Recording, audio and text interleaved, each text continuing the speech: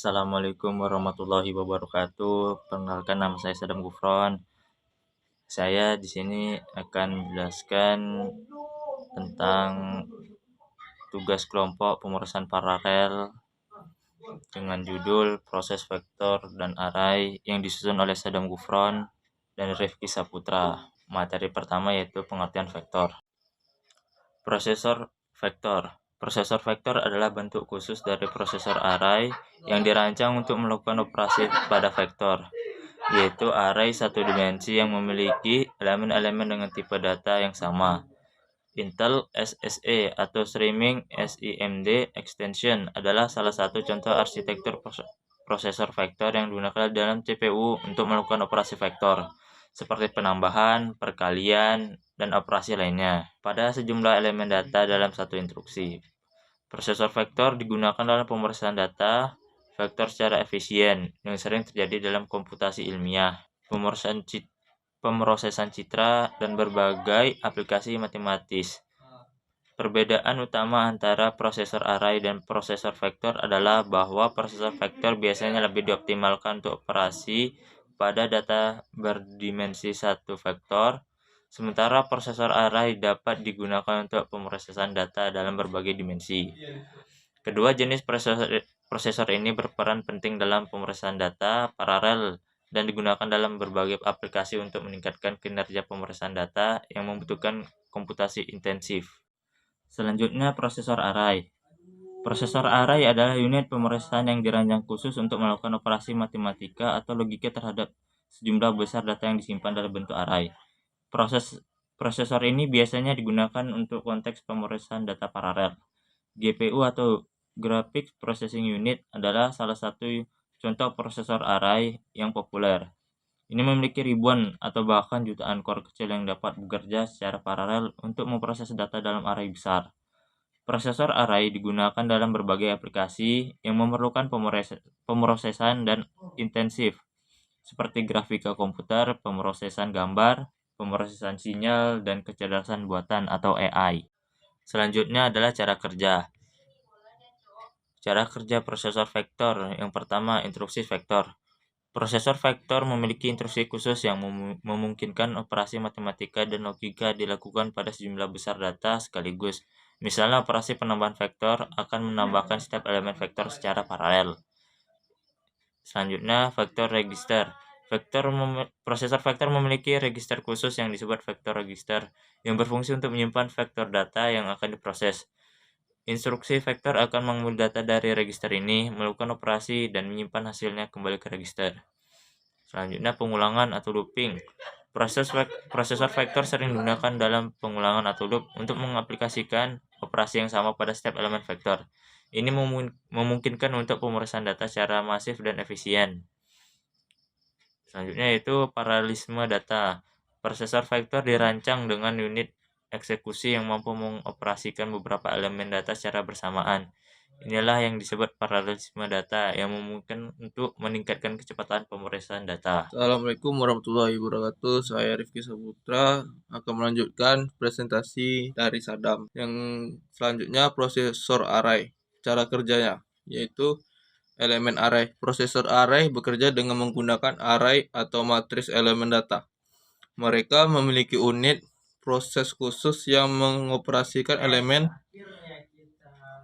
elemen-elemen secara simultan. Yang kedua, array processing unit. Array processing unit ini memiliki unit prosesan yang dirancang untuk mengoperasikan setiap elemen-elemen array secara bersamaan untuk dapat melakukan operasi matematika, logika, dan manipulasi data pada setiap elemen array. Yang ketiga, data streaming. Data streaming ini sering digunakan dalam aplikasi pemrosesan data yang melibatkan aliran dan kontinu. Mereka dapat mengambil data dari aliran masuk dan langsung memprosesnya. Yang keempat, aplikasi khusus. Prosesor array digunakan dalam aplikasi tersebut seperti pemrosesan citra, pemrosesan sinyal, dan pemrosesan video, di mana banyak elemen data perlu diolah secara bersamaan. Selanjutnya materi tambahan. Baiklah, saya akan melanjutkan materi tambahan. 3. Materi tambahan. Tentu berikut adalah tambahan informasi terkait dengan prosesor vektor dan array. 1. Paralelisme. Prosesor array dan prosesor vektor keduanya didesain dengan fokus pada paralelisme.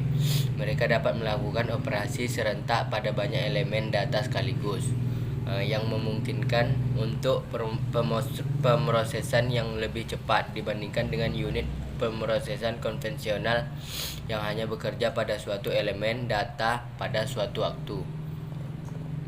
2. Perangkat khusus versus umum. Prosesor vektor biasanya lebih umum dan sering diintegrasikan dalam CPU umum. Mereka dapat digunakan dalam berbagai aplikasi, termasuk pemrosesan umum seperti aritmatika dan pemrosesan string. Prosesor array seringkali dirancang untuk tugas-tugas khusus seperti pemrosesan pada gambar grafika komputer. Mereka dapat memiliki arsitektur yang sangat dioptimalkan untuk tugas tertentu dan mungkin tidak seefisien untuk tugas-tugas lain.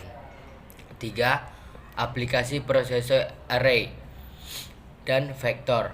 Prosesor array umumnya digunakan dalam aplikasi yang membutuhkan pemrosesan data dalam dimensi yang lebih tinggi, seperti pengolahan citra, pemrosesan sinyal, dan komputasi ilmiah yang melibatkan matriks besar. Prosesor vektor sering digunakan dalam aplikasi yang memerlukan operasi vektor dan dalam volume besar, seperti pemrosesan multimedia, kompresi data, dan kecerdasan buatan atau machine learning. 4. Perkembangan terbaru.